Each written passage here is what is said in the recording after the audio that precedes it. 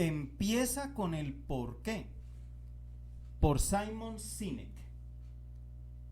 Capítulo 4. Esto no es una opinión, es biología.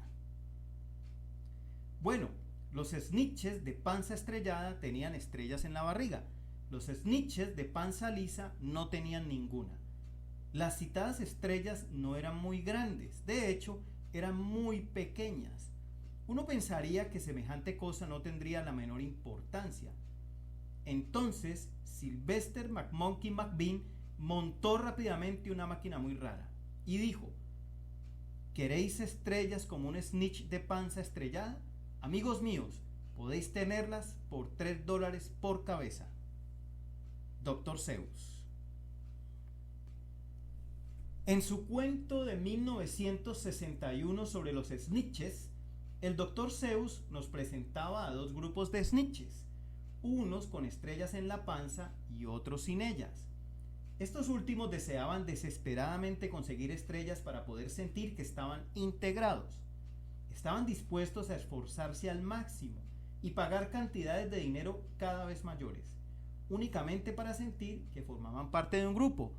Pero solo Sylvester McMonkey McBean, el hombre cuya máquina colocaba estrellas allí, sacó provecho del deseo de integrarse de los snitches. Como tantas otras cosas, el Dr. Seuss lo explicaba como nadie. Los snitches captaban a la perfección una necesidad humana muy básica, la necesidad de encajar. Nuestra necesidad de pertenencia no es racional, pero es una constante que se da entre todos los pueblos de todas las culturas. Es un sentimiento que adquirimos cuando los que nos rodean comparten nuestros valores y creencias. Cuando sentimos que formamos parte, nos sentimos conectados y a salvo. Como humanos, anhelamos ese sentimiento y lo buscamos. A veces nuestro sentido de pertenencia es fortuito. No tenemos amigos en nuestra ciudad natal, pero viajando por el estado, puede que conozcamos a alguien de nuestro pueblo y al instante sentimos que hay algo que nos relaciona con esa persona. No somos amigos de todos los que viven en nuestro estado natal, pero viajando por el país sentiremos un vínculo especial con alguien que conozcamos que sea de allí. Si viajamos al extranjero, de inmediato estableceremos lazos con otros estadounidenses que conozcamos. Recuerdo un viaje que hice a Australia. Un día iba en un autobús y oí un acento estadounidense. Me di la vuelta y entablé conversación. De inmediato me sentí conectado con aquella gente. Podíamos hablar el mismo idioma y comprender los mismos modismos.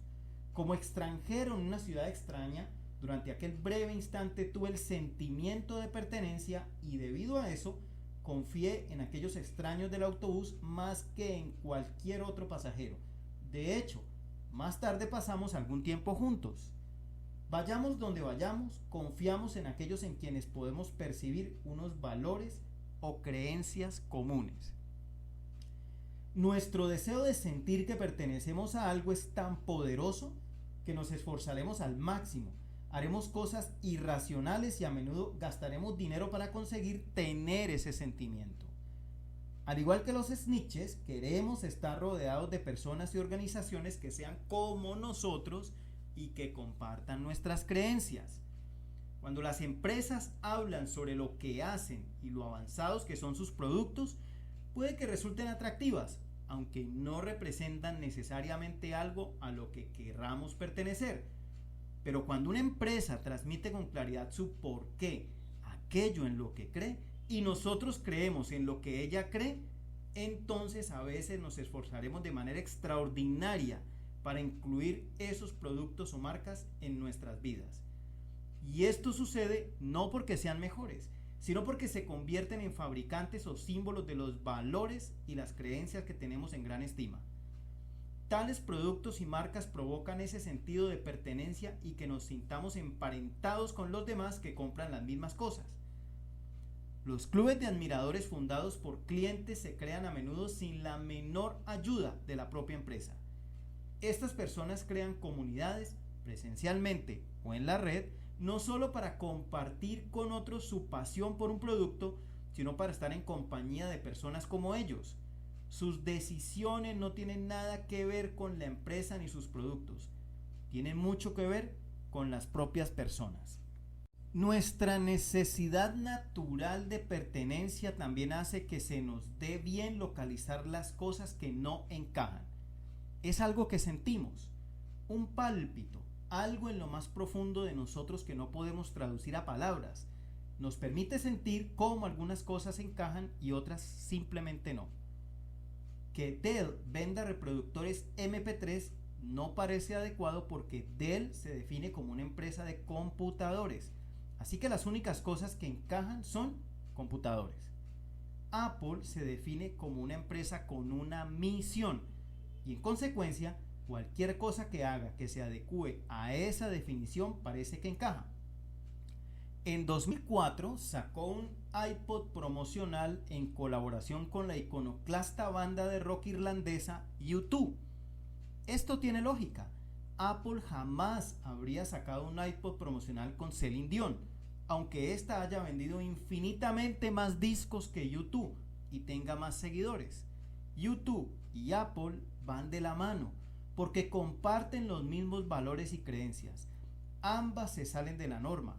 No tendría ninguna lógica que Apple lanzara un iPod especial con Celine Dion. Por grande que pueda ser la audiencia de la cantante, la colaboración simplemente no es armónica. Basta con mirar los anuncios televisivos de Apple. Yo soy un Mac y yo soy un PC, para encontrar una representación perfecta de quién debe ser un usuario de Mac para sentir que encaja. En el anuncio, el usuario de Mac es un tipo joven, vestido siempre con jeans y camiseta, siempre agradable y siempre con un sentido del humor que se burla del sistema, comillas. El del PC, tal como lo define Apple, va de traje, es mayor y aburrido. Para encajar con Mac, tienes que ser como Mac. Microsoft respondió a Apple con su propia campaña. Yo soy un PC, que describe a personas de todas las clases sociales que se identifican como PC.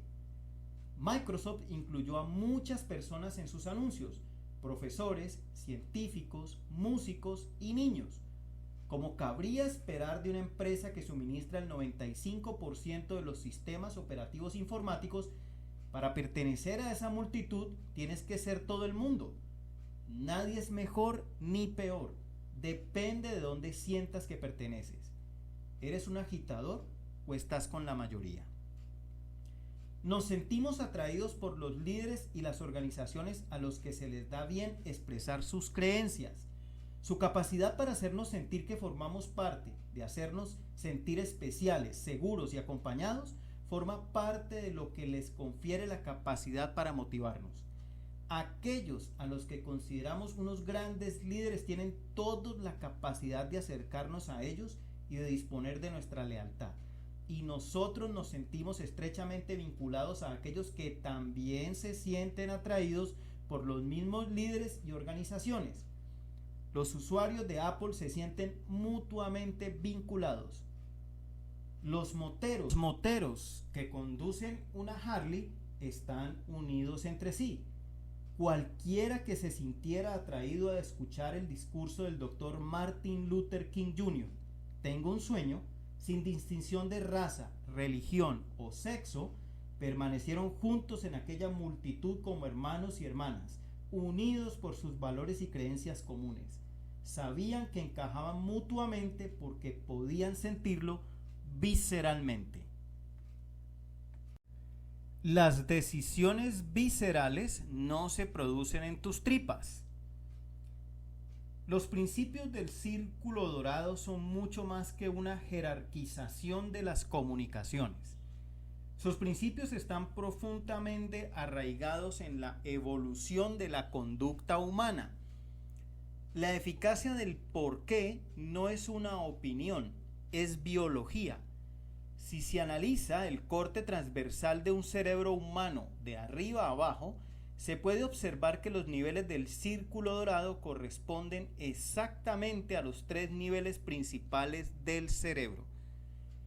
El área más reciente del cerebro, nuestro cerebro de Homo sapiens, es el neocórtex o neocorteza, que corresponde al nivel ¿qué?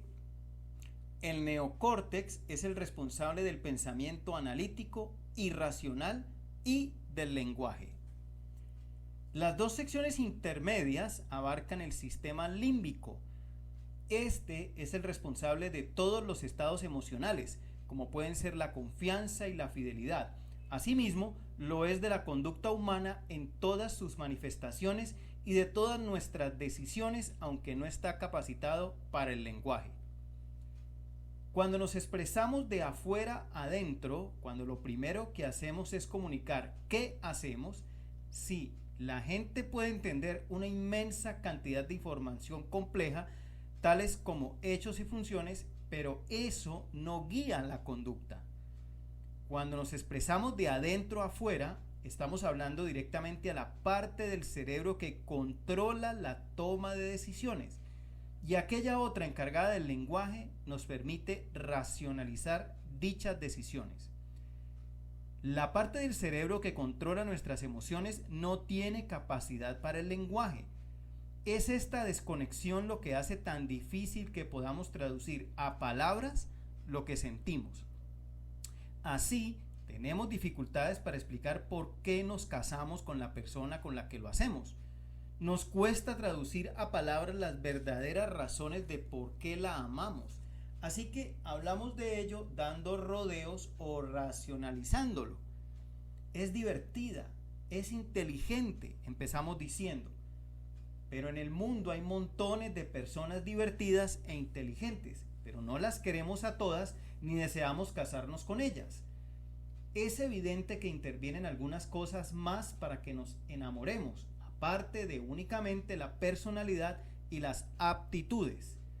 Desde un punto de vista racional, sabemos que nuestra explicación no es la verdadera razón, lo es cómo nos hacen sentir nuestros seres queridos, pero esos sentimientos son verdaderamente difíciles de plasmar en palabras. Así que cuando se nos presiona, empezamos a divagar. Puede incluso que digamos cosas que no tienen ningún sentido lógico. Ella me complementa, podríamos decir, por ejemplo. ¿Qué significa eso y cómo buscamos a alguien que haga eso para que podamos casarnos con esa persona? Ese es el problema con el amor. Solo lo conocemos cuando lo encontramos porque sentimos que es el verdadero. Otro tanto cabe decir de las demás decisiones. Cuando una decisión parece correcta, tenemos dificultades para explicar por qué hicimos lo que hicimos. Una vez más, la parte del cerebro que controla la toma de decisiones no controla el lenguaje, así que recurrimos a la racionalización. Esto complica el valor de los sondeos y los estudios de mercado. Preguntar a la gente por qué te escogieron antes que a otros puede aportar unas pruebas maravillosas de cómo han racionalizado la decisión, pero no arroja demasiada luz sobre la verdadera motivación de la decisión. No es que las personas no sepan, sino que tienen dificultades para explicar por qué hacen lo que hacen. La toma de decisiones y la capacidad para explicarlas se da en partes distintas del cerebro. Es de ahí de donde provienen las decisiones viscerales, comillas.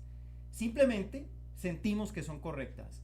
No hay ninguna parte en nuestras tripas que controle la toma de decisiones, sino que se producen en el sistema límbico. Tampoco es una casualidad que utilicemos el verbo sentir, comillas, para explicar esas decisiones. La razón de que las decisiones viscerales parezcan correctas se debe a que la parte del cerebro que las controla también controla nuestros sentimientos. Ya te sometas al imperio de tus tripas, ya sigas los dictados de tu corazón, no importa cuál sea la parte de tu cuerpo que consideres está guiando la decisión, la realidad es que todo está en tu sistema límbico. Nuestro sistema límbico es poderoso, lo suficiente para guiar un comportamiento que ocasionalmente contradiga nuestra comprensión lógica y analítica de una situación. Con frecuencia nos fiamos de nuestro instinto aunque la decisión se burle de todos los hechos y cifras. Richard Restak, un conocido neurocientífico, aborda esta cuestión en su libro El cerebro al desnudo. Cuando se obliga a las personas a tomar decisiones únicamente con la parte racional de su cerebro, casi invariablemente acaban dándole demasiadas vueltas, comillas. Estas decisiones racionales suelen tardar más en tomarse, afirma Restak, y con frecuencia son de peor calidad. Por el contrario, las decisiones tomadas con el sistema límbico, esto es, las decisiones intuitivas, suelen ser más rápidas y de mejor calidad. Esta es una de las principales razones de que los docentes les digan a sus alumnos que se dejen llevar por su primera intuición cuando se enfrentan a un examen en forma de cuestionario con respuestas múltiples, que confíen en sus tripas. Cuanto más tiempo se dediquen a pensar una respuesta, mayor es el riesgo de que la escogida sea la errónea. Nuestro sistema límbico es listo y a menudo sabe lo que hay que hacer. Es nuestra incapacidad para verbalizar las razones lo que puede provocar que dudemos de nosotros mismos o que confiemos en las pruebas empíricas cuando nuestra intuición nos dice que no lo hagamos. Analicemos la experiencia de comprar un televisor de pantalla plana en la tienda de electrónica de nuestra localidad. Nos paramos en el pasillo mientras escuchamos a un experto explicarnos la diferencia entre un televisión LCD y uno de plasma. El vendedor nos proporciona todas las diferencias y ventajas racionales y sin embargo seguimos sin saber cuál es la mejor para nosotros. Al cabo de una hora, seguimos sin tener ni idea. Nuestro cerebro sufre una sobrecarga porque le estamos dando demasiadas vueltas a la cuestión. Al final, tomamos una decisión y nos vamos de la tienda, todavía no del todo convencidos de que hayamos escogido el adecuado. Más tarde, vamos a casa de un amigo y vemos que se ha comprado el otro, comillas. Además, no para de hacerse lenguas de su televisor y de decir lo mucho que le gusta. De pronto, sentimos envidia, aunque seguimos sin saber si su televisor es mejor que el nuestro. Entonces nos preguntamos, ¿he comprado el equivocado? Las empresas que no transmiten un sentido del por qué nos obligan a tomar decisiones basándonos solo en pruebas empíricas. Esta es la razón de que tales decisiones tarden más, parezcan difíciles o nos dejen sumidos en la duda. En estas condiciones, las estrategias manipuladoras que explotan nuestros deseos, temores, dudas o fantasías dan un resultado muy bueno. Se nos obliga a tomar estas decisiones no tan motivadoras por una sencilla razón. Las empresas no nos ofrecen nada que no sean hechos y cifras, funciones y ventajas en las que fundamentar nuestras decisiones. Las empresas no nos dicen por qué. La gente no compra lo que haces, compra por qué lo haces. La falta de transmisión del por qué no genera más que estrés y dudas. Por el contrario, muchas personas que se sienten atraídas a comprar computadores Macintosh o motos Harley Davidson, por ejemplo, no necesitan hablar con nadie sobre la marca a elegir. Estas personas tienen una absoluta confianza en su decisión y la única pregunta que se hacen es ¿qué Mac o qué Harley comprar? En este plano, por supuesto que las características y las ventajas racionales, así como los hechos y las cifras, tienen importancia, pero no impulsan la decisión de dar dinero u otorgar fidelidad a la empresa o la marca. La decisión ya está tomada. Las características tangibles sirven únicamente para ayudar a orientar la elección del producto que mejor se adecue a nuestras necesidades. En estos casos, las decisiones se produjeron en el orden perfecto de adentro a afuera. Tales decisiones empezaron con el por qué, el elemento emocional de la decisión, y más tarde los elementos racionales permitieron al comprador verbalizar o racionalizar las razones de su decisión. Es a esto a lo que nos referimos cuando hablamos de conquistar los corazones y las mentes. El corazón representa el sistema límbico sentimental del cerebro y la mente es el centro racional del lenguaje.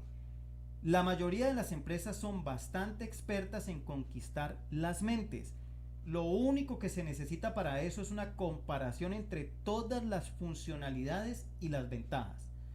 Conquistar los corazones, sin embargo, es más laborioso. Habida cuenta del orden natural de la toma de decisiones, no puedo por menos que preguntarme si el orden de la expresión los corazones y las mentes se debe a una mera coincidencia. ¿Por qué nadie se dispone a conquistar las mentes y los corazones? La habilidad para ganar los corazones antes que las mentes no es fácil.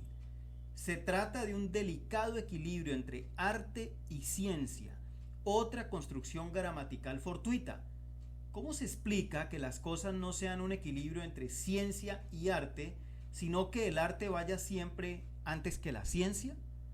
Tal vez se trate de una sutil pista que nuestro sistema límbico privado del lenguaje nos esté enviando para ayudarnos a ver que el arte de liderar tiene que ver con seguir los dictados del corazón. Puede que nuestros cerebros estén tratando de decirnos que el por qué debe ser lo primero. En ausencia de un por qué, la decisión se vuelve más difícil de adoptar. Y ante la duda, recurrimos a la ciencia y a los datos para orientar las decisiones. Las empresas nos dirán que la razón para que empiecen con el qué o el cómo lo hacen se debe a que eso es lo que sus clientes les demandaron. Calidad, servicio, precio, funciones. Eso es lo que indicaban los datos. Si no fuera por el hecho de que la parte del cerebro que controla la toma de decisiones es diferente de la que es capaz de informar de esa decisión, sería una conclusión perfectamente válida dar a la gente lo que pide. Por desgracia, son más numerosas las pruebas que revelan que las ventas no aumentan de manera significativa y que no se crean lazos de fidelidad simplemente porque las empresas digan o hagan lo que sus clientes quieren. Henry Ford resumió esto muy bien. Decía: si le hubiera preguntado a las personas qué era lo que querían, me habrían dicho que un caballo más veloz. En esto consiste la genialidad de un gran liderazgo. A los grandes líderes y a las grandes organizaciones se les da bien ver lo que a la mayoría nos resulta invisible. Se les da bien darnos cosas que jamás se nos habría ocurrido pedir. Cuando la revolución de los computadores estaba en sus inicios, los usuarios no podrían haber pedido una interfaz gráfica de usuario, pero eso fue lo que nos dio Apple. Ante la creciente competencia en el sector aeronáutico, a la mayoría de los viajeros no se le habría ocurrido pedir menos en lugar de más, pero eso fue lo que hizo Southwest. Y a la vista de los momentos difíciles y a la adversidad, pocos se habrían preguntado qué es lo que puedo hacer por mi país en vez de qué es lo que mi país puede hacer por mí. La verdadera causa por la que John F. Kennedy presentó su candidatura a la presidencia. Los grandes líderes son aquellos que confían en su instinto, aquellos que comprenden el arte antes que la ciencia, los que conquistan los corazones antes que las mentes. Son, en resumen, aquellos que empiezan con el por qué. Nos pasamos el día entero tomando decisiones y muchas de ellas están motivadas por las emociones.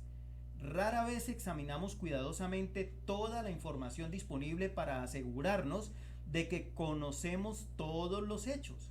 Y ni falta que nos hace. Todo se reduce a una cuestión de grados de certeza.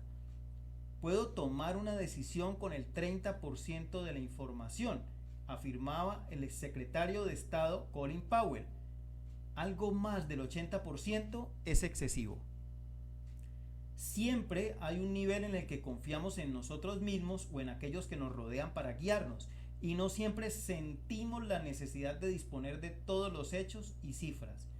Y a veces simplemente es posible que todavía no confiemos en nosotros mismos para tomar una determinada decisión.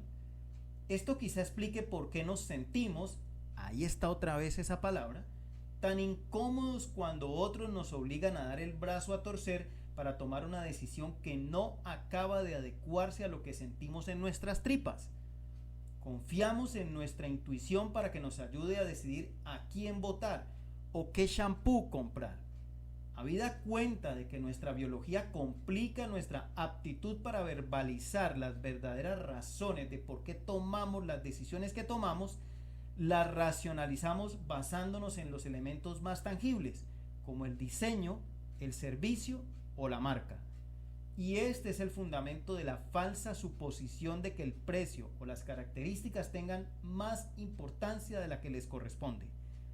Tales cosas tienen importancia, ya que nos proporcionan los aspectos tangibles que podemos señalar para racionalizar nuestra toma de decisiones, pero ni fijan el rumbo ni motivan las conductas. Lo que importa es lo que no puedes ver.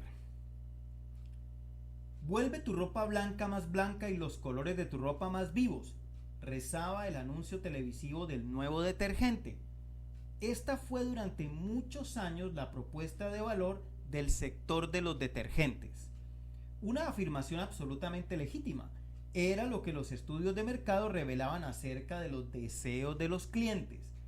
Los datos eran verdad, pero la verdad de lo que la gente quería era otra. Los fabricantes de detergentes preguntaban a los consumidores qué era lo que querían de un detergente. Y los consumidores decían que blancos más blancos y colores más vivos. Si te paras a pensar en ello, no tiene nada de notable descubrir que la gente deseara que al hacer la mezcla, su detergente no solo le ayudara a conseguir que su ropa saliera limpia, sino muy limpia. Así que las marcas intentaron establecer la diferencia de cómo conseguían que los blancos salieran más blancos y la ropa de color más viva, tratando de convencer a los consumidores de que un aditivo era más efectivo que otro. Proteínas, decía una marca, intensificador del color, proclamaba otra. Ninguna preguntaba a los clientes por qué querían tener su ropa limpia. Esa pequeña perla de sabiduría no se puso de manifiesto hasta muchos años después, cuando un grupo de antropólogos contratados por una empresa de productos envasados divulgó que todos esos aditivos no impulsaban, de hecho, ninguna conducta. Según observaron, cuando la gente sacaba la ropa de la secadora, nadie la ponía al trasluz para ver lo blanca que estaba, ni la comparaba con otras prendas más nuevas para comprobar la intensidad de sus colores. Lo primero que hacía la gente cuando sacaba su ropa de la secadora era olerla. Este sí que fue un descubrimiento asombroso. Para la gente, sentir la limpieza era más importante que el hecho de que estuviera limpia. Ya se presuponía que todos los detergentes limpiaban la ropa. Eso es lo que se supone que hace un detergente. Pero hacer que la ropa oliera a fresco y a limpio era mucho más importante que las sutiles diferencias entre qué detergentes dejaban la ropa perceptiblemente más limpia. Que una falsa suposición convenza a un sector entero para que vaya por el camino equivocado no es exclusivo de los detergentes. Las empresas de telefonía celular creían que la gente quería más opciones y botones. Hasta Apple lanzó su iPhone con menos opciones y únicamente un botón. Los fabricantes de automóviles alemanes estaban convencidos de que lo único que les importaba a sus compradores estadounidenses era su ingeniería. Así que se quedaron atónitos y desconcertados cuando se enteraron de que tener una ingeniería fantástica no era suficiente. Uno a uno, los fabricantes de coches de lujo alemanes añadieron de mala gana sujetavasos a sus perfectos vehículos.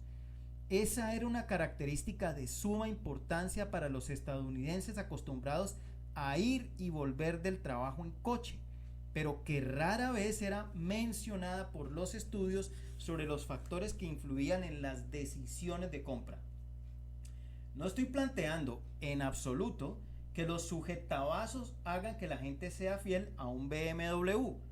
Lo único que planteo es que incluso para los compradores de coches con una mentalidad racional, en lo tocante a la toma de decisiones hay mucho más de lo que se ve a simple vista. Literalmente. El poder del sistema límbico es asombroso.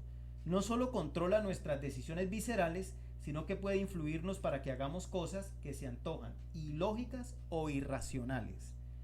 Dejar la seguridad del hogar para explorar lugares lejanos, atravesar océanos para ver lo que hay en la otra orilla, dejar un trabajo estable para fundar una empresa en el sótano de tu casa sin tener dinero en el banco. Muchos estudiamos estas decisiones y decimos: menuda estupidez, estás loco, podrías perderlo todo, podrías morir, ¿en qué estás pensando? No es la lógica ni los hechos, sino las esperanzas y los sueños, nuestros corazones y nuestras tripas, los que nos impulsan a probar nuevas cosas. Si todos fuéramos racionales, no habría pequeñas empresas ni exploraciones, apenas habría innovaciones y no existirían los grandes dirigentes que motivaran todas esas cosas. Es la creencia imperecedera en algo mayor y mejor lo que provoca esa clase de comportamientos. Pero el sistema límbico también puede controlar el comportamiento que tiene origen en otras emociones, como el odio o el miedo. ¿Por qué, si no, planearía alguien hacer daño a otro al que nunca ha visto? Es apabullante la cantidad de estudios de mercado que ponen de manifiesto que las personas quieren hacer negocios con la empresa que les ofrece los productos de mejor calidad, con el máximo de prestaciones, el mejor servicio y todo al mejor precio. Pero piensa en las empresas que generan la mayor fidelidad. Rara vez tienen todas esas cosas. Si quieres comprar una Harley Davidson personalizada, tienes que esperar 6 meses para que te la entreguen. En su honor, hay que decir que han reducido el plazo de 1 año. Eso es un servicio pésimo. Los ordenadores de Apple son al menos un 25% más caros que un PC equivalente. Además, hay menos programas disponibles para su sistema operativo. Además, tienen menos equipos periféricos. Además, las propias máquinas son a veces más lentas que un PC similar. Si la gente tomara solo decisiones racionales e hiciera todas las averiguaciones pertinentes antes de realizar una compra, nadie compraría jamás un Mac. Pero por supuesto, la gente sí que compra Mac. Y algunos no solo los compran, los adoran. Un sentimiento que proviene directamente del corazón o del sistema límbico. Todos conocemos a alguien que es un amante empedernido de Mac. Pregúntale por qué ama a su Mac y no te dirá: bueno, me considero alguien al que le gusta desafiar el orden establecido y para mí es importante rodearme de personas, productos y marcas que demuestran al mundo exterior que creo serlo. Desde un punto de vista de la biología, eso es lo que ha sucedido. Pero esa decisión fue tomada en la parte del cerebro que controla la conducta, pero no el lenguaje. Así que en su lugar, lo que hace es ofrecer una justificación racional. Es por la interfaz de usuario, es por la sencillez, es por el diseño, es por su gran calidad. Son los mejores computadores. Soy una persona creativa. En realidad, su decisión de compra y su lealtad son ambas profundamente personales. En realidad, no tiene mucho que ver con Apple, tiene que ver con él mismo. Lo mismo se puede decir incluso de la gente a la que le encanta trabajar en Apple. Ni siquiera los empleados son capaces de expresarlo en palabras. En su caso, su trabajo es uno de los qué de su por qué. Esa gente también está convencida de que lo que está detrás del éxito de Apple es únicamente la calidad de los productos. Pero en su fuero interno, a todos les encanta formar parte de algo más grande que ellos. Los empleados más leales a Apple, como la mayoría de los clientes más fieles a Apple, aman todos una buena revolución. Un gran aumento de sueldo y unos beneficios adicionales no podrían convencer a un empleado leal de Apple para que trabajara para Dell. Y ninguna cantidad de incentivos en forma de reembolsos y descuentos podrían convencer a un usuario fiel de Mac de que cambiara a un PC. Muchos ya están pagando el doble de precio. Esto trasciende lo racional. Es una creencia. No es casualidad que la cultura de Apple sea descrita a menudo como un culto. Se trata de algo más que únicamente los productos. Es una causa que apoyar. Es una cuestión de fe. ¿Te acuerdas del Honda y el Ferrari? Los productos ya no son solo símbolos de lo que la empresa cree, también sirven como símbolos de lo que creen los compradores leales. A las personas que poseen un computador portátil de Apple, por ejemplo, les encanta abrirlo mientras están sentados en un aeropuerto. Les gusta que todo el mundo sepa que están utilizando un Mac. Es un emblema, un símbolo de lo que son. Ese resplandeciente logotipo de Apple da testimonio de algo acerca de esas personas y de cómo ven el mundo. ¿Alguien se da cuenta cuando una persona abre la tapa de su ordenador HP o Dell? No, ni siquiera les importa a las personas que utilizan esos ordenadores HP y Dell, porque tienen una idea confusa del por qué. Así que sus productos y sus marcas no simbolizan nada relacionado con sus usuarios. Para el poseedor de un Dell o un Hewlett Packard, su computador, con independencia de lo rápido o elegante que sea, no simboliza una finalidad, una causa o una creencia más elevada. Es solo un computador. De hecho, durante mucho tiempo el logotipo de la tapa de un computador Dell miraba al usuario, de manera que cuando lo abriera quedaría invertido para todos los demás. Los productos con una idea clara de por qué proporcionan a las personas una manera de decirle al mundo exterior quiénes son y qué es en lo que creen. Recuerda, la gente no compra lo que haces, compra por qué lo haces. Si una empresa no tiene una idea clara del por qué, entonces es imposible que el mundo exterior perciba otra cosa que lo que hace esa empresa.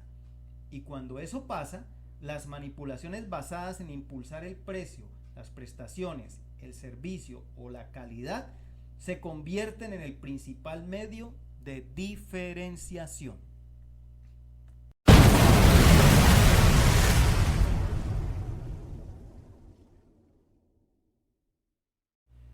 Capítulo 5. Claridad, disciplina y coherencia. La naturaleza aborrece el vacío. Para propiciar la vida, la madre naturaleza intenta encontrar el equilibrio siempre que es posible. Cuando se destruye vida como consecuencia, por ejemplo, de un incendio forestal, la naturaleza introducirá una nueva vida para sustituirla. La existencia de una cadena trófica en cualquier ecosistema en la que cada animal existe para servir de alimento a otro es una forma de mantener el equilibrio. El círculo dorado, basado en los principios naturales de la biología, obedece también a la necesidad de un equilibrio. Como ya he comentado, cuando el porqué está ausente, se produce el desequilibrio y florecen las manipulaciones. Y cuando éstas prosperan, la incertidumbre aumenta para los compradores, la inestabilidad se acrecienta para los vendedores y el estrés crece para todos. Empezar con el por qué es solo el principio. Queda trabajo por hacer antes de que una persona o una organización se gane el derecho o adquiera la capacidad para motivar. Para que el círculo dorado funcione, cada una de las piezas debe estar en equilibrio y en el orden correcto. Claridad en el porqué. Todo empieza con la claridad. Tienes que saber por qué haces lo que haces. Si la gente no compra lo que haces, compra el porqué de lo que haces. ¿De dónde se desprende que si tú no sabes por qué haces lo que haces, cómo lo van a saber los demás? Si el responsable de la organización no es capaz de definir con claridad el porqué de que exista la organización, aparte de por sus productos o servicios, entonces, ¿cómo espera que los empleados sepan por qué van a trabajar?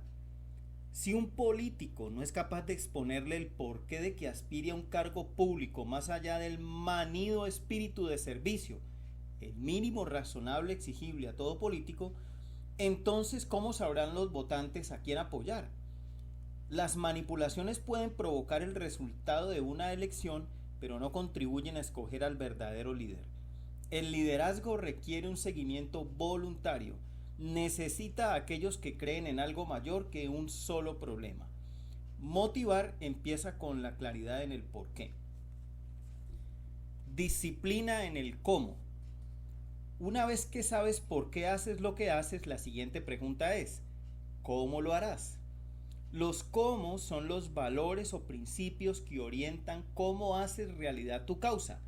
El cómo hacemos las cosas se manifiesta en los sistemas y procesos dentro de una organización y la cultura.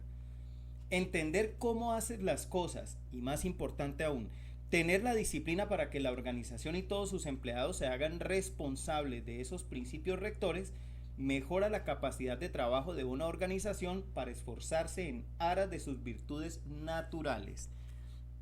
Entender cómo te proporciona una mayor capacidad para, por ejemplo, contratar personal o encontrar socios que crezcan de forma natural cuando trabajen contigo. Curiosamente, la pregunta más importante con la respuesta más esquiva, ¿por qué haces lo que haces?, es en realidad bastante sencilla y racional de descubrir, y la iré desvelando en capítulos posteriores. Es la disciplina para no desviarte jamás de tu causa, para hacerte responsable de cómo haces las cosas. Esta es la parte más difícil. Y para hacernos la más difícil todavía, nos recordamos nuestros valores escribiéndonos en la pared, como nombres: integridad, sinceridad, innovación, comunicación, por ejemplo. Pero los nombres no tienen una aplicación práctica, son cosas. No se pueden crear sistemas o establecer incentivos en torno a esas cosas. Es casi imposible responsabilizar a la gente de los nombres. Bob, si no te importa, hoy pon un poco más de innovación.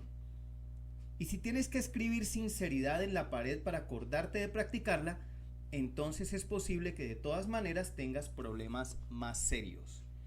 Para que los valores o principios rectores sean realmente eficaces, tienen que ser locuciones verbales. No es integridad, es haz siempre lo correcto. No es innovación, es considera el problema desde otra perspectiva. Expresar nuestros valores como locuciones verbales nos proporciona una idea clara. Tenemos una idea clara de cómo actuar en cada situación. Así podemos responsabilizar a los demás para que los evalúen o incluso establezcan incentivos en torno a ellos. Decir a la gente que tenga integridad no garantiza que sus decisiones vayan a tener presente siempre lo más conveniente para los consumidores o clientes. Decirles que siempre hagan lo correcto, sí. Me pregunto qué valores había escrito Samsung en las paredes cuando creó aquel descuento que no era aplicable a las personas que vivían en edificios de viviendas. El círculo dorado aporta una explicación para el éxito duradero, pero la naturaleza inherente de hacer las cosas con visión de futuro a menudo implica inversiones o costos a corto plazo. Esta es la razón de que la disciplina para mantenerse atento al porqué y permanecer fiel a tus valores tenga tanta importancia. Coherencia en el qué. Todo lo que dices y todo lo que haces tiene que ser trasunto de lo que crees. Un porqué es solo una creencia, no es más que eso. Los cómo son las medidas que tomas para hacer realidad esa creencia, y los qué son el resultado de esas medidas, todo lo que dices y haces. Tus productos, tus servicios, tu publicidad, tus relaciones públicas, tu cultura y a quién contratas.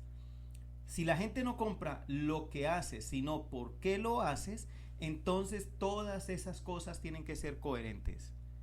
Con coherencia, la gente verá y oirá, sin asomo de duda, en qué crees. Al fin y al cabo, vivimos en un mundo tangible. La única manera de que la gente sepa qué es en lo que crees es a través de las cosas que dices y haces. Y si no eres coherente en las cosas que dices y haces, nadie sabrá en qué crees. Es en el ámbito del qué donde se produce la autenticidad. Autenticidad es ese término tan manido en los mundos empresarial y político.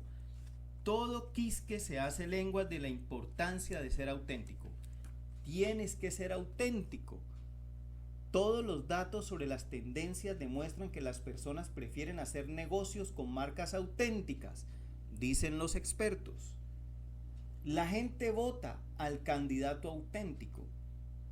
El problema es que esa enseñanza es absolutamente irrealizable. Como entras en el despacho de alguien y dices, por favor, a partir de ahora un poco más de autenticidad, por favor, esa parte de la comercialización en la que estás trabajando, podría decir un gerente, hazla un poco más auténtica. ¿Qué hacen las empresas para lograr que su mercadeo, sus ventas o lo que sea que estén haciendo sea auténtico? La solución habitual me resulta hilarante. Salen a la calle y realizan un estudio de consumo en el que les preguntan a los clientes, ¿qué tendríamos que decirle para que resultáramos auténticos? Esto es algo que está totalmente fuera de lugar. Uno no le puede preguntar a los demás qué es lo que tiene que hacer para ser auténtico. Serlo significa que ya lo sabes. ¿Qué dice un político cuando se le advierte que sea más auténtico? ¿Cómo actúa un dirigente con más autenticidad? Sin tener una idea clara del por qué, la enseñanza es del todo inútil. La autenticidad significa que tu círculo dorado esté equilibrado, lo que a su vez implica que todo lo que digas y todo lo que hagas te lo creas a pie juntillas. Y esto sirve tanto para la gerencia como para la plantilla. Solo cuando eso sucede, las cosas que dices y haces pueden interpretarse como auténticas. Apple creía que su primitiva computadora Apple y su Macintosh desafiaban a la plataforma dominante IBM DOS. Apple cree que sus productos iPod y iTunes desafían el orden establecido en el sector musical. Y todos comprendemos por qué Apple hace lo que hace. Y es esa mutua comprensión la causa de que consideremos que sus productos son auténticos. Dell lanzó los reproductores MP3 y las PDA con la intención de entrar en el negocio de los pequeños dispositivos electrónicos. Pero ignoramos cuál es el porqué de Dell. No tenemos ninguna certeza acerca de cuál es su creencia ni por qué fabricó esos productos al margen del propio beneficio y del deseo de sacar partido a un nuevo segmento del mercado. Esos productos no son auténticos. No es que Dell no pudiera acceder a otros mercados. Sin duda tiene el conocimiento y la capacidad para hacer buenos productos, pero su capacidad para hacerlo sin una idea clara del por qué es lo que lo hace mucho más difícil y mucho más caro. La mera fabricación de productos de alta calidad y su comercialización no es garantía de éxito alguno. La autenticidad no se puede conseguir sin claridad en el por qué, y la autenticidad es importante. Pregúntales a los mejores vendedores qué se necesita para ser un gran vendedor. Siempre te dirán que es conveniente que creas realmente en el producto que estás vendiendo. ¿Y qué tiene que ver la convicción con el trabajo de vendedor? Sencillo. Cuando los vendedores creen realmente en lo que están vendiendo, entonces las palabras que acuden a sus bocas son auténticas. Cuando la creencia entra en la ecuación, el vendedor irradia pasión. Y es esa autenticidad la que genera las relaciones en las que se basan las mejores organizaciones de ventas. Las relaciones también generan confianza y con la confianza llega la fidelidad. La falta de un círculo dorado equilibrado significa falta de autenticidad, lo que a su vez supone ausencia de cualquier relación sólida, ergo, ninguna confianza. Y si te encuentras de nuevo en la casilla de salida vendiendo a base del precio, el servicio, la calidad o las funciones, vuelves de nuevo a estar como todos los demás. Peor aún, sin esa autenticidad. Las empresas recurren entonces a la manipulación, fijación del precio, ofertas, presión social, miedo a tu elección. ¿Es esto efectivo? Por supuesto, aunque solo a corto plazo. Ser auténtico no es una condición para alcanzar el éxito, pero lo es si quieres que éste sea duradero. De nuevo, todo tiene que ver con el por qué. La autenticidad se da cuando dices y haces las cosas en las que crees de verdad. Pero si no sabes por qué existe la empresa o los productos a un nivel por encima de lo que haces, entonces es imposible que sepas si las cosas que dices o haces son coherentes con tu porqué. Sin el porqué, cualquier tentativa de autenticidad será casi siempre falsa. El orden correcto. Después de alcanzar la claridad del porqué, de ser disciplinado y responsable de los propios valores y principios rectores y de ser coherente en todo lo que se dice y se hace, el último paso consiste en mantenerlo todo en el orden correcto. De la misma manera que en el pequeño ejemplo publicitario de Apple que he utilizado anteriormente, el simple cambio en el orden de la información, empezando con el porqué, alteró la influencia del mensaje. Los qué son importantes, ya que proporcionan la prueba tangible del porqué, pero este debe ser lo primero. El porqué proporciona el contexto para todo lo demás. Como se verá una y otra vez en todos los casos y ejemplos de este libro, ya sea en el liderazgo, la toma de decisiones o la comunicación, comenzar con el porqué ejerce un profundo y duradero efecto sobre el resultado. Empezar con el porqué es lo que motiva a las personas a actuar. Si no sabes el porqué, no puedes saber cómo. Rollin King, un empresario de San Antonio, tuvo la idea de adoptar lo que Pacific Southwest estaba haciendo en California y llevarlo a Texas. Esto es, fundar una aerolínea que hiciera vuelos de corta distancia entre Dallas, Houston y San Antonio. Tras pasar recientemente por un largo y desagradable divorcio, recurrió al único hombre en el que confiaba para que le ayudara a hacer despegar su idea, al bebedor de Borbón y fumador empedernido Herb Kelleher, el abogado que le había llevado el divorcio. En casi todos los aspectos, King y Kelleher eran polos opuestos. King, un hombre de números, era notablemente gruñón y complicado, mientras que Kelleher era sociable y simpático. Al principio, el abogado, la idea de King le pareció una estupidez, pero al final de la noche, este había conseguido motivarlo con su clarividencia. Así que Kelleher aceptó considerar la posibilidad de subir a bordo. Sin embargo, pasarían 4 años antes de que Southwest Airlines hiciera su primer vuelo desde el aeropuerto Love de Dallas hasta Houston. Southwest no inventó el concepto de línea aérea barata. Pacific Southwest Airlines fue la pionera del sector. Southwest hasta le copió el nombre. Southwest no tenía ninguna de las ventajas del pionero. Braniff International Airways, Texas International Airlines y Continental Airlines ya estaban prestando servicio en el mercado tejano y ninguna estaba dispuesta a ceder un palmo de terreno. Pero Southwest no se creó para hacer una línea aérea, se creó para defender una causa.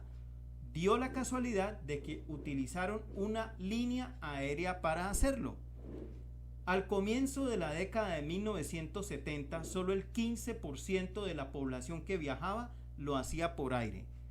Con ese porcentaje, el mercado era lo bastante pequeño como para ahuyentar a la mayoría de los potenciales competidores de las grandes compañías aéreas. Pero Southwest no estaba interesada en competir contra todos los demás por el 15% de la población viajera. Lo que le importaba era el otro 85%.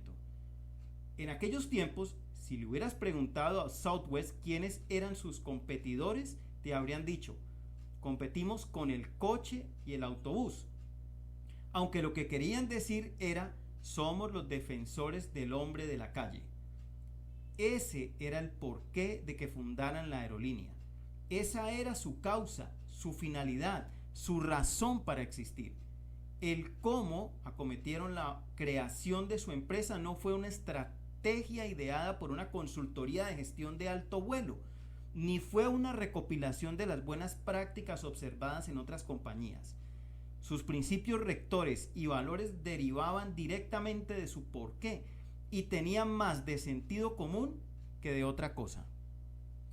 En la década de 1970, los viajes aéreos eran caros y si Southwest iba a ser la defensora del ciudadano de a pie, tenía que ser barata.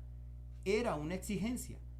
Y en una época en que viajar en avión era cosa de la élite, por entonces la gente llevaba corbata en los aviones, como defensora del hombre corriente que era, Southwest tenía que ser divertida. Era una exigencia.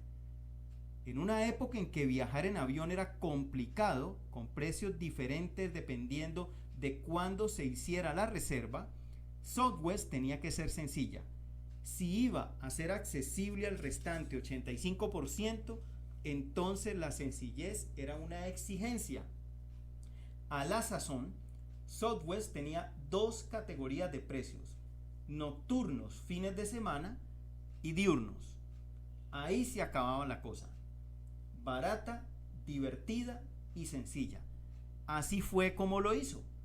Así es como defendía la causa del hombre corriente. El resultado de sus actos se hacía tangible en las cosas que decía y hacía. Su producto, el personal que contrataba, su cultura y su publicidad. Ahora es libre de moverse por el país, decía en sus anuncios. Eso es mucho más que un eslogan. Es una causa. Y es una causa en busca de seguidores. Aquellos que podían identificarse con Southwest, aquellos que se consideraban ciudadanos medios, tenían ya una alternativa a las grandes aerolíneas. Y aquellos que creían en lo que Southwest creía, se convirtieron en fieles desaforados de la compañía. Les parecía que Southwest era una empresa que les hablaba directamente a ellos y que hablaba directamente para ellos. Y lo que era aún más importante, les parecía que volar en Southwest expresaba algo acerca de lo que eran como personas. La fidelidad que la empresa generó en sus clientes no tenía nada que ver con el precio. Este era simplemente una de las maneras de la compañía de dar vida a su causa. A Howard Putnam, uno de los primeros presidentes de Southwest, le gusta contar la historia de un alto directivo de una gran empresa que se le acercó en una reunión. El ejecutivo le dijo que él siempre volaba en una de las grandes aerolíneas cuando viajaba por negocios. No le quedaba más remedio, era una imposición de la empresa. Y aunque había acumulado muchas millas de viajero frecuente de la otra aerolínea y el dinero no era problema, cuando volaba por su cuenta o con su familia, siempre lo hacía en Southwest. Le encanta Southwest, dice Putnam con una sonrisa cuando cuenta la anécdota. El mero hecho de ser barata no significa que Southwest solo atraiga a aquellos que tienen menos dinero. Ser barata es solo una de las cosas que hace Southwest y que contribuye a que comprendamos aquello en lo que cree.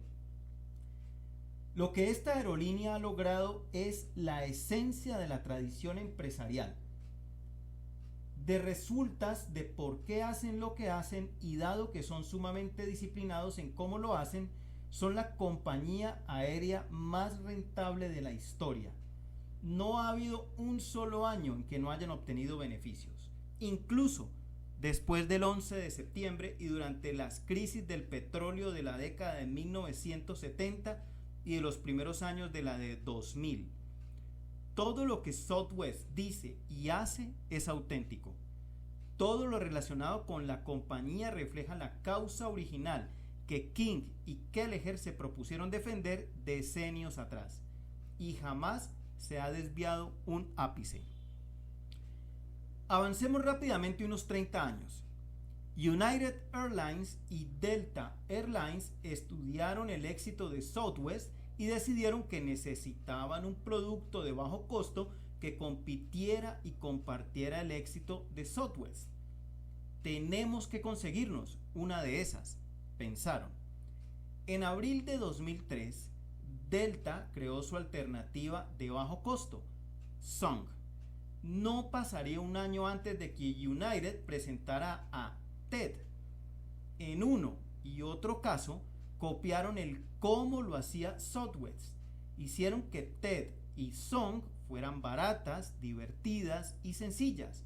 Y para cualquiera que volara alguna vez en TED o Song, ambas fueron baratas, fueron divertidas y fueron sencillas. Pero las dos fracasaron. Tanto United como Delta eran unas veteranas del sector del transporte aéreo y estaban todo lo cualificadas que había que estar para incorporar cualquier producto que quisieran, a fin de adaptarse a las condiciones de mercado o de aprovechar las oportunidades. El problema no radicaba en qué hicieron. El problema era que nadie conocía el porqué de la existencia de Song o de TED. Puede incluso que hayan sido mejores que Southwest, pero eso no importa. Claro que la gente volaba con ellas, pero siempre hay razones para que la gente haga negocios contigo sin que eso tenga algo que ver contigo. La cuestión no es que la gente pueda sentirse motivada a utilizar tu producto. El problema fue que muy poca mostró alguna fidelidad hacia ambas marcas. Carentes de un sentido del porqué, Song y TED no eran más que otras dos líneas aéreas. Sin una idea clara del porqué, todas aquellas personas tenían que juzgarlas por el precio o la conveniencia. Las dos eran bienes indiferenciados que tenían que confiar en las manipulaciones para fomentar sus actividades. En definitiva, una propuesta onerosa. United desistió de su participación en el sector de las aerolíneas de bajo costo solo 4 años después de empezar. Y Song de Delta también emprendió su último vuelo solo 4 años después de su presentación. Que la diferenciación se produce en el qué y en el cómo lo hace es una suposición falsa. El mero hecho de ofrecer un producto de alta calidad con más funcionalidades o un servicio mejor o un precio más bajo no crea la diferencia. Hacer eso no garantiza el éxito. La diferenciación se produce en el por qué y en el cómo lo haces. Southwest no es la mejor aerolínea del mundo, ni siempre es la más barata. Ofrece menos trayectos que muchas de sus competidoras y ni siquiera vuela fuera de los Estados Unidos continental. Lo que hace no es siempre notablemente mejor, pero por qué lo hace es de una claridad meridiana y todo lo que hace lo refleja. Hay muchas maneras de incitar a la gente a que haga cosas, pero la fidelidad se deriva de la capacidad para motivarla. Solo cuando el por qué está claro y cuando la gente cree en lo que tú crees, puede generarse una verdadera relación de lealtad. La manipulación y la motivación son parecidas, pero no son lo mismo. La manipulación y la motivación estimulan por igual el sistema límbico. Los mensajes relacionados con las aspiraciones, el miedo o la presión social nos empujan a todos para que nos decidamos por un camino u otro, apelando a nuestros deseos irracionales o tocando nuestros miedos.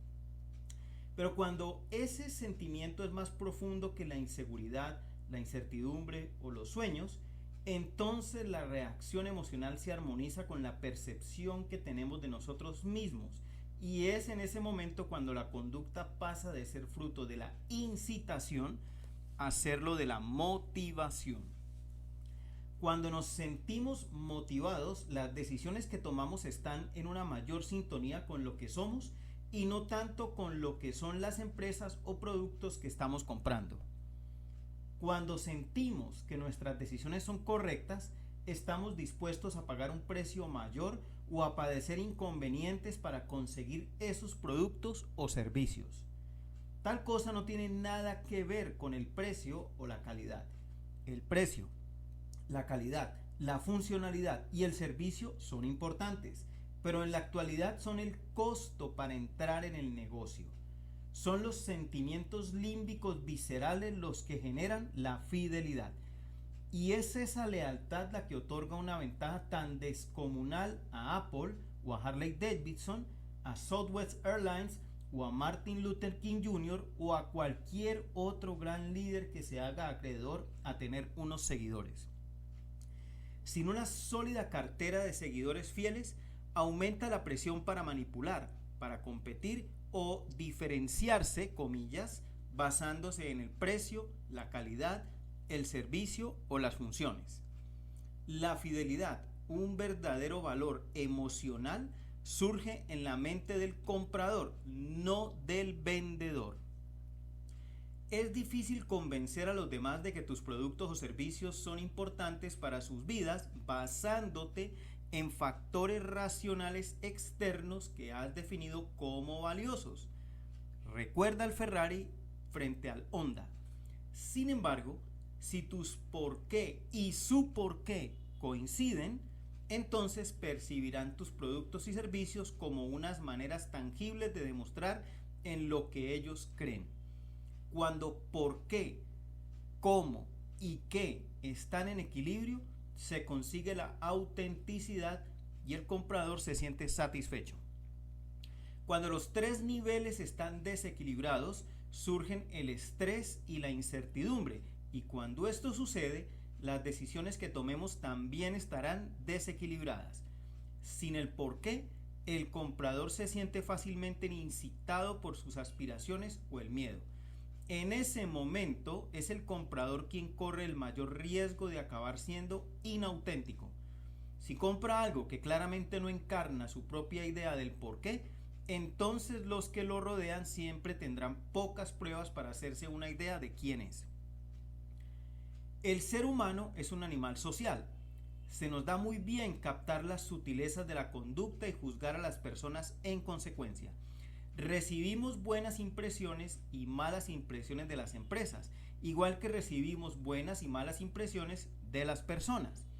Hay personas que nos inspiran confianza sin más y otras que no.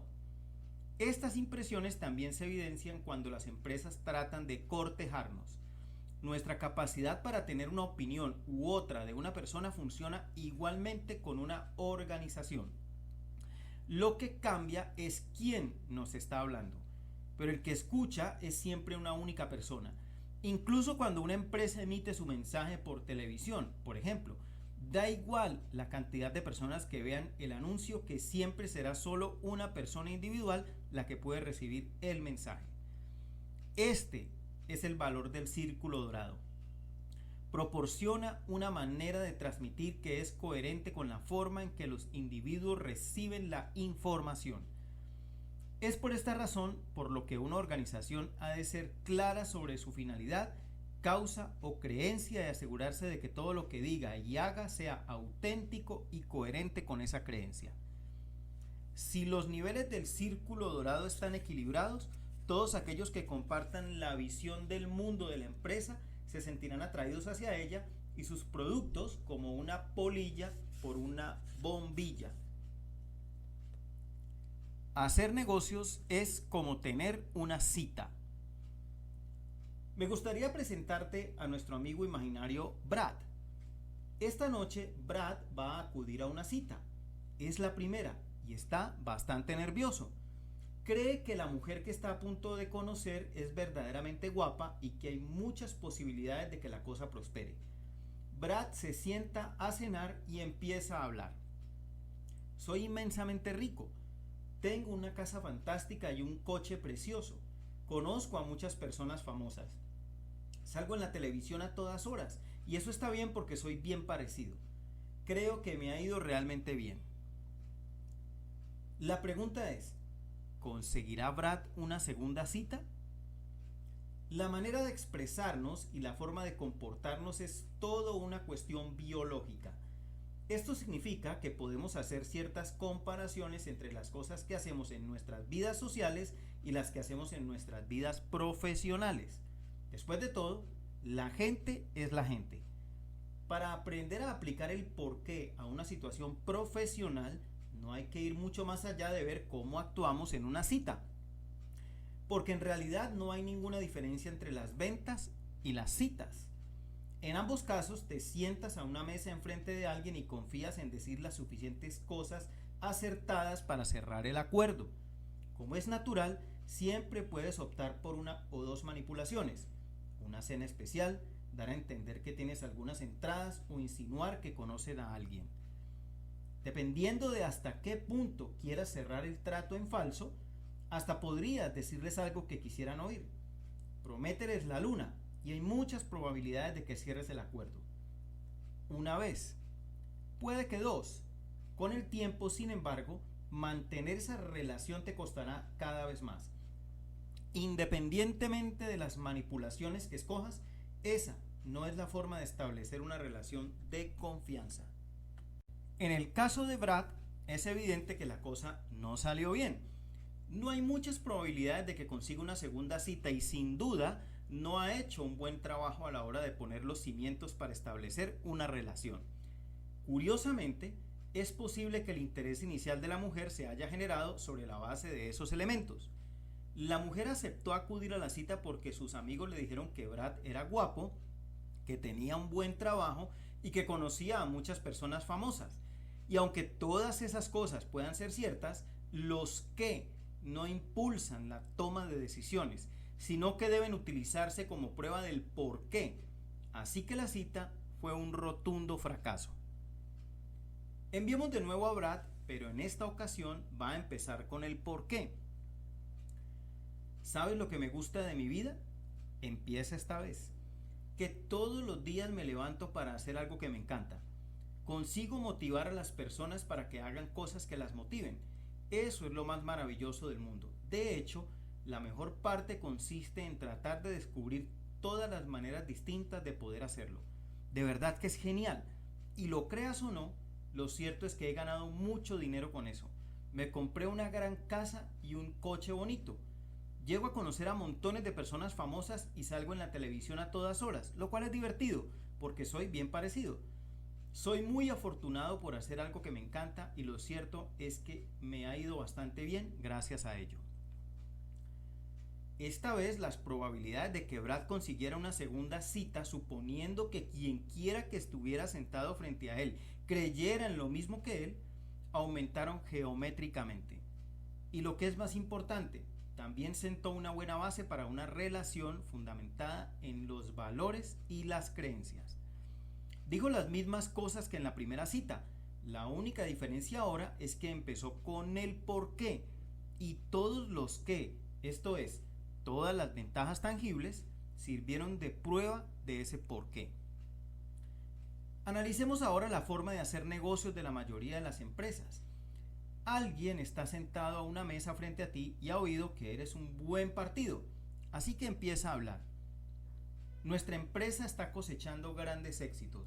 Tenemos unas oficinas preciosas, deberías pasarte algún día y echarles un vistazo. Trabajamos con las compañías y marcas más importantes. Estoy seguro de que has visto nuestra publicidad. Nos está yendo realmente bien. En los negocios, al igual que en una mala cita, muchas empresas se esfuerzan demasiado en demostrar su valor sin explicar en primer lugar por qué existen. Sin embargo, tienes que hacer algo más que mostrar tu currículo antes de que alguien te encuentre interesante. Pero eso es exactamente lo que hacen las empresas. Te ofrecen una extensa relación de su experiencia, qué es lo que han hecho, a quienes conocen, etc. Y todo con la idea de que te resultarán tan apetecibles que tendrás que dejarlo todo para hacer negocios con ellas. Pero las personas son personas y la biología de la toma de decisiones es la misma, independientemente de que se trate de una decisión personal o de una comercial. Es evidente que en la hipótesis amorosa la cita salió mal, así que ¿por qué habríamos de esperar que pasara algo distinto en la situación empresarial? Al igual que en una cita, es sumamente difícil empezar a construir una relación de confianza con un posible consumidor o cliente tratando de convencerlo de todas las funcionalidades y las ventajas racionales. Esas cosas son importantes, pero solo sirven para otorgar credibilidad a un argumento de venta y permitir que los compradores racionalicen su decisión de compra. Como sucede con todas las decisiones, la gente no compra lo que haces, compra por qué lo haces. Y lo que haces sirve de prueba tangible del por qué lo haces. Pero a menos que empieces con el por qué, lo único que la gente tiene que seguir son las ventajas racionales. Y lo más probable es que no consigas una segunda cita. Esta es la alternativa. ¿Sabes lo que me encanta de nuestra empresa? El que cada uno de nosotros acude al trabajo cada día para hacer algo que le encanta. Conseguimos motivar a la gente para que haga cosas que la motive. Es lo más maravilloso del mundo. De hecho, lo divertido es tratar de descubrir todas las maneras distintas que tenemos de hacer eso. Es verdaderamente impresionante y lo mejor de todo es que también es bueno para la empresa. Nos va realmente bien. Tenemos unas oficinas preciosas, deberías pasarte algún día por él para verlas. Trabajamos con algunas de las mejores compañías. Estoy seguro de que has visto nuestra publicidad. La verdad, nos va bastante bien. Bueno, ¿qué certeza tienes de que el segundo argumento era mejor que el primero? 3 grados de certeza. Cuando solo podemos proporcionar un fundamento racional para tomar una decisión, cuando únicamente somos capaces de señalar los elementos tangibles o las valoraciones racionales, el grado más alto de certeza que podemos dar es, creo que esta es la decisión correcta. Eso sería biológicamente acertado porque estamos activando la neocorteza, la parte pensante, comillas, de nuestro cerebro. En un plano neocortical podemos verbalizar nuestros pensamientos. Eso es lo que sucede cuando dedicamos todo ese tiempo escudriñando los pros y los contras, escuchando todas las diferencias entre el televisor plasma o de LCD entre Dell y Hewlett Packard. Cuando tomamos decisiones intuitivas, el grado más elevado de certidumbre que podemos ofrecer es: tengo la sensación de que es la decisión correcta, por más que ésta contradiga todos los datos y cifras. De nuevo, esto es biológicamente acertado, porque las decisiones viscerales se producen en la parte del cerebro que controla nuestras emociones, no el lenguaje. Pregúntale a la mayoría de los emprendedores y líderes de éxito cuál es su secreto, e invariablemente todos responderán lo mismo: confío en mi intuición. Y cuando las cosas salgan mal, te dirán: hice caso de lo que me decían los demás, aunque no me parecía correcto. Debería haber confiado en mi instinto. Esa es una buena estrategia, salvo que no es susceptible de ampliación. La decisión intuitiva solo la puede tomar una única persona. Es una estrategia absolutamente correcta para una persona individual o una pequeña organización. Pero, ¿qué sucede cuando el éxito necesita que más personas puedan tomar decisiones que sientan correctas? Es entonces cuando el poder del porqué se puede concretar plenamente. La capacidad para expresar en palabras un porqué brinda el contexto emocional para las decisiones y ofrece una seguridad mayor que el creo que es correcto. Y puede extenderse más que el tengo la sensación de que es correcta. Cuando conoces tu porqué, el mayor grado de certidumbre que puedes ofrecer es: sé que es correcta. Cuando sabes que la decisión lo es, no solo la sientes correcta, sino que también puedes racionalizarla y traducirla fácilmente a palabras. La decisión está totalmente equilibrada. Los qué racionales aportan la prueba del sentimiento del por qué. Si puedes expresar con palabras el sentimiento que impulsó la decisión intuitiva, si puedes manifestar con claridad tu por qué, proporcionarás un contexto claro para los que te rodean comprendan la razón de que se tomara la decisión. Si la decisión es coherente con los datos y las cifras, entonces unas y otras sirven para reforzar la decisión. Esto se llama equilibrio. Y si la decisión contradice todos los datos y las cifras, entonces pondrá de relieve los demás elementos que tienen que tenerse en cuenta. Esto puede convertir la discusión sobre una decisión controvertida en una reflexión. Mi antiguo socio comercial, por ejemplo, se enfadaba cada vez que yo rechazaba un negocio.